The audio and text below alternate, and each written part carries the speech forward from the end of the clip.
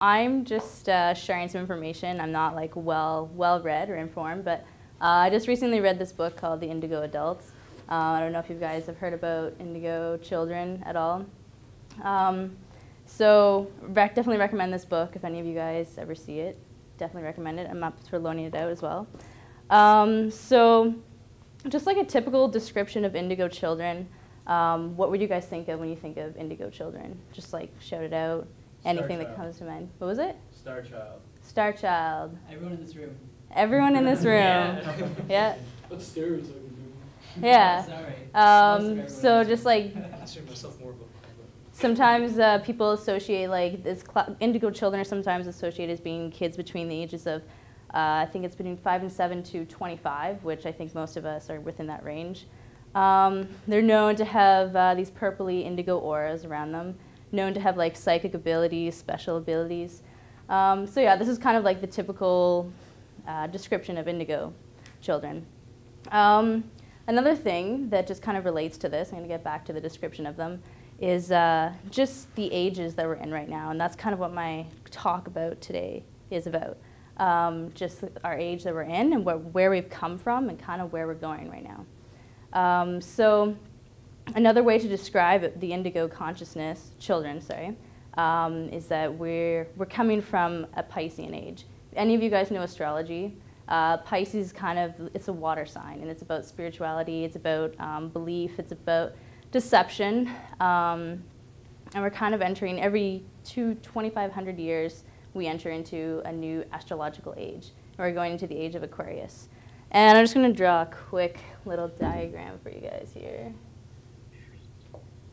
Cool jacket, Anna. Thanks. So consciousness is spelled not like that. You got it. This from here. Yes, C-O-N-S-C. Yep, Yeah. or I did CS, but that's okay. Okay, I'm just gonna write 2000 right there.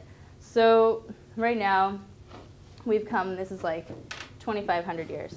So right now, like, or in the past, this would be like the Piscean age. And this is like the consciousness level.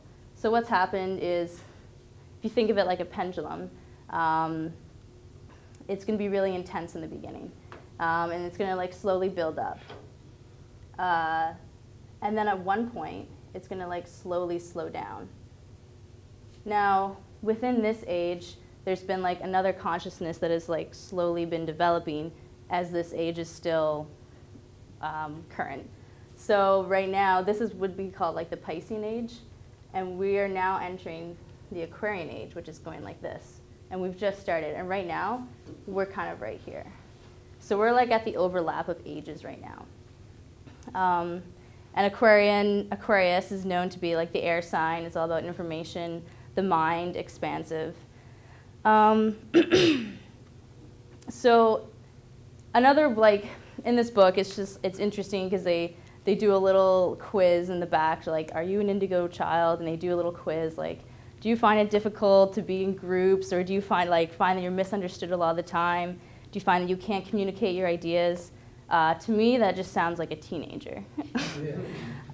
So for, just so like we're all on the same ground, they refer a lot to astrology in this book, but not everyone is like well informed on astrology or the chakra system.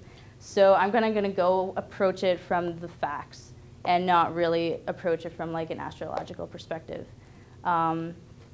So yeah, I just like, as I was reading more, I just sounded like a typical teenager to me, like not knowing how to like communicate themselves, feeling really alienated, typical teenager. So what I also realize is like, instead of classifying specific individuals as indigo children, I think it's in a way better for us to not segregate people or separate individuals instead of just calling it an indigo consciousness. And another thing is like, youth will always drive the age forward. Youth are the ones who like develop the new ideas. They grew up in like an environment with old establishments, old like Just like think of schools, government buildings, just like a system is set up and they grow up in that environment. And as they get older, they get to that teenage age, just think of like growing up in your house, right? Like as you grow up, you're like used to like customs, rules that your parents have for you. Then you get to that point where you like have your own individual feelings and like you're thinking about other things that you haven't been taught at home, but you're trying to communicate it to the outside world. That's just kind of like where we're at right now. And at our particular age, we're at the epitome of that.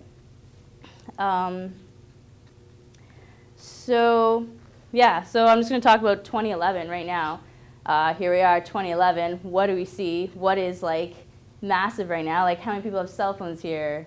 Like laptops, MP3s, anything. Like we have communication at our fingertips. We have everything we could possibly want. It's incredible. So this age is just like booming with technology. And so what is an interesting thing to kind of look at is two different reactions that are going on from this like immense amount of technology. So we have the first one, which is confused and overwhelmed. So we have like individuals who are just being introduced to all this technology and being like, whoa, I can't handle this. This is crazy. I'm not even going to touch it. And it's, as a result, it affects their nervous system. It causes like a lot of anxiety. It causes restlessness, ulcers, inability to sleep. So you have like a bit of like a negative aspect to that. And then you have the alternative, which is the extreme opposite of being overwhelmed, and that's adapting. Adapting so much to the point that we fall asleep.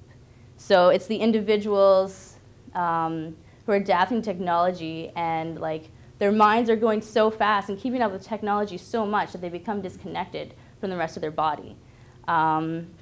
This is actually where a lot of ADHD comes from, where people, like their minds are moving so fast, and for like school situations and establishments that haven't really kept up with that level of technology, those systems are too slow for them, so we sedate them with drugs. Another effect that is going on as well, kind of like a more deeper effect, I'm just going to briefly touch on the solar plexus and the heart chakra. Solar plexus is more like the power, the aggression, the will, and then the heart chakra is obviously heart, loving, gentle. So we have like the first reaction of individuals who are the more like gentle individuals who want to avoid conflict.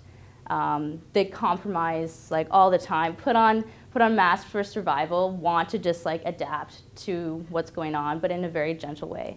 And then we have the solar plexus driven individuals who represent themselves against everything. And so they become like very infuriated by the systems that they're involved in, and they stand against it, but that's how they identify themselves. So like there's a bit of an imbalance going on. And obviously not everyone's going to fall particularly into one category or another. I think a lot of people in this room have probably mastered kind of combining them both. Like we've seen amazing examples of like technology like in amazing ways with the three presentations you saw before me. So obviously like you use the tools that you have like before us.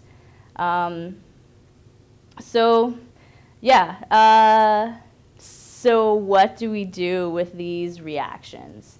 Obviously, there's like a lot of things we can do, and again, like I'll say again, we're kind of driving this. Like it's up to us, just like what Brendan was talking about. Like we can be gods. Like we're just like at such an incredible age at this time that we can really determine where this is going. Like all of us are like pretty independent at this point in our lives, but we're not really 100% committed. I'm going to assume none of us really have a mortgage on a house or anything. I can't really assume that, but none of us are really tied down to anything yet. And we have like ultimate freedom, especially compared to like where we live in the earth. So like I was mentioning before, people who identify themselves with the solar plex identify against things. If you find yourself in this like particular category, it's beneficial to kind of work with the limitations that you see around you. I know for myself, I've often associated cities as being bad. And I just like associated, like I kind of would identify against cities. But once like I started living in London, I just realized that like there are benefits to cities and there's networking. And there's so many like just tapping into networking, and you just, things that you consider being bad, just reconsider it and wonder why you think those are bad in the first place. And again, just bringing back the technology, like we have access to so much. Like you can talk to your friend on the other side of the world, like right now if you wanted to on Skype, right? Like there's no excuse really for communication to fail, because all this technology is developed to make our lives easier. It's not technology that's bad, it's just how we use it. And like it's up to you to choose how you use it. So yeah, again, communication, that's a huge issue that's going on right now. Like we have so much available to us that it's so important to properly use the equipment that we have and use it for the right advantages, because there's so much that we can really expand. And just put yourself in situations that are difficult. Put yourself in situations that are challenging, that really challenge your ability to hold your energy, but understand what energies are coming at you. Learn to talk about things that are difficult. Yeah, you're gonna arise a lot of conflict with people, but things need to be talked about, and we're not gonna get anywhere if we don't communicate. Without proper and clear communication, nothing efficiently can really be resolved. The faster that we develop our personalities, even just little traits. Let's say, I don't know, say you don't brush your teeth every night, and you start getting really rotting teeth. Then that starts becoming your focus, right? You start thinking about how poorly your teeth are, and that may affect other parts in your life. But as soon as you get that figured out, that's one problem that's out of the way that allows room for focus in other directions. So as soon as we start focusing more on ourselves and getting control over ourselves and our own personalities, like I said, and just our own basic needs, and developing on ourselves, we're kind of helping the community in a whole.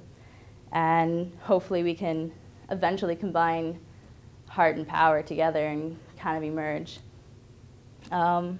Yeah, that's kind of my presentation on Indigo consciousness. So I just want to share with you what I want to believe in, and I want to believe in free knowledge, which is pretty much what this is. It's kind of crazy that we have to pay to people to give us knowledge, but I really want to believe in networking and community.